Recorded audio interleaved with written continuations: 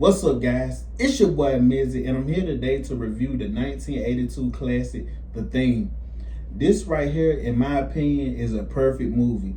There's a lot of movies that are great in time, but they still have stuff that, we like, oh, this could have been better, this one. This, in my opinion, is one of the movies that was perfect, and like I said, nothing needed to be changed. And I even seen the more recent one, the remake or re-envision one, and it was okay. It was okay. I think I liked it better than most people, but it still didn't hold a candle to the original. But anyways, guys, everybody know the storyline is practically there's a thing, pun intended, that there's an organism that can morph into any person or animal. Like it can be anything. And then that already right there is a great premise to a story. Think of an alien that, like I say, if you was with your friends or anybody out, and like I say, we can't tell who's who. We can't tell if a dog is a dog. Like we can't differentiate any organism. That right there already is a great premise. Then all of a sudden, let's take it up a notch. We're in the Antarctic. We're in a frigid, cold place. We're in a base camp, isolated from a lot of people.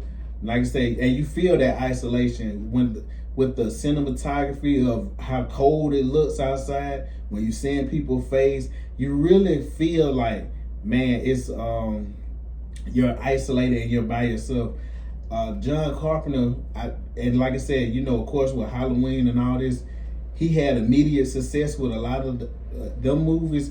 But John Carpenter is funny because this movie actually wasn't met with a lot of love at the beginning it was made. A lot of people thought that it was just a gore fest. They was like, oh man, it really wasn't that creative. And I always tell people, man, critics, even me, myself, I always go see a movie yourself and critique it for yourself. But critics, you can take Rotten Tomatoes, any movie critic that you see, and you can go read their review or watch their review, and then you'll see over time, it's movies that when they first came out were criticized, but then years later, people went back and now they say it's a masterpiece. Well, it was the same movie from the beginning. It just, you wasn't open to that movie at the time. And a lot of times, a lot of the culture in the world is a lot of sheep culture. And until one person says it's great, nobody else won't recognize it's great. And like I said, I always think for yourself and, like I said, go see the movie yourself. But this movie, like I said, it was great. Kurt Russell, amazing performance. This movie, when you talk about practical effects, they're top notch. And I always say this, and it makes me think, even though, like I say, this Star Wars has nothing to do with this, but it's an older film as well. I always think, like, what made some of those old horror movies so great? Because, like I say, at that time, they didn't have a lot of the special effects and all the, technology we have nowadays. You would think that now we would be able to, man, whatever the best horror movie we can make easily now. But a lot of times we see the movies, it's like I say, not even just horror, but we see a lot of movies now don't stack up to the movies in yesteryears. And that's because I felt a lot of people, you had to be more creative. You couldn't just rely on CGI. Like I say, just like the Thing, the more recent one, a lot of CGI, and a lot of it didn't stack up. But like I said, a lot of people rely on a lot of CGI, and like I said, you don't build a storyline. You don't flush out a great story. You're not sitting there like, we want to make the best story possible. A lot of people just like, oh man, this the story people loved previously, so we're just gonna do a brand new one. And like I said, that's why John Carpenter, when it comes to horror, like I say, he takes the cake. But anyway, like I said, man, Kurt Russell was great. Like I said, man, and like I said, man, I'm glad that, like I said, watching older movies, it makes you appreciate all the practical effects. Because it's a big difference in films when you stop seeing so much CGI. We just see too much CGI now. I get sick of seeing so much CGI. But anyways, man, this was like say some of the best suspense ever too, because like I said, man, you got to think about it. You're trying to figure out who is this thing, and like I say, man, the one of the best scenes I've seen in a horror movie to this date is the blood test.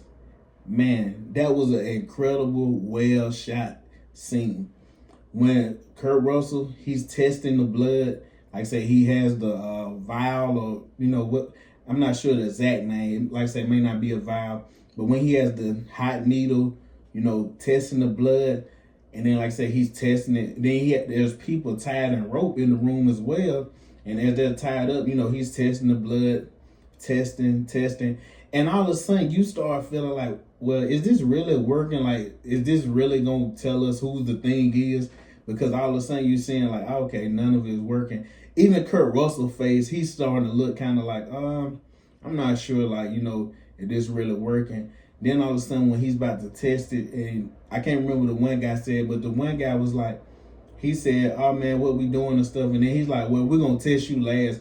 Practically insinuate, oh, well, maybe you're the thing. And then soon as he hits it, like I say, it jumps out, like I say, a great jump scare. And then the thing, like I say, the person who it was transforms and the other people are tied up.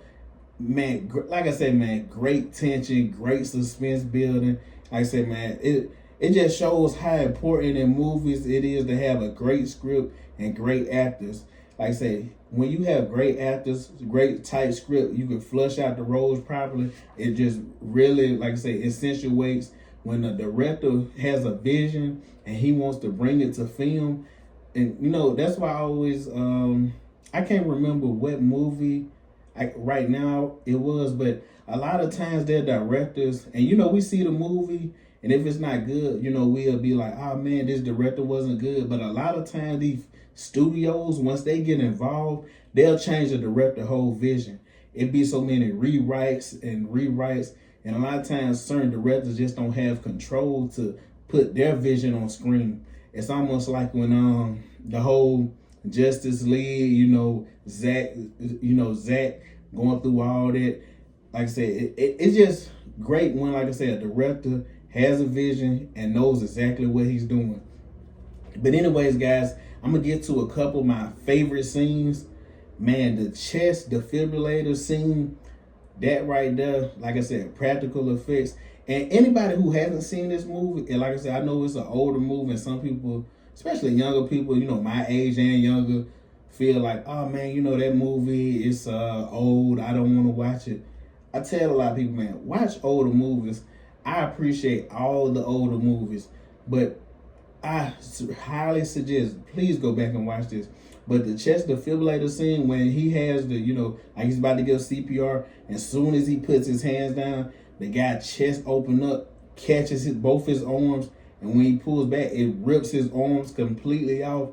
Man, that scene, like I said, it's certain scenes that when you watch in movies, you'll never forget. Like I said, and I haven't watched this movie recently to like catch back up on it, but I always remember that. Like I said, it's just along with the, like I said, the blood test scene. I always remember that.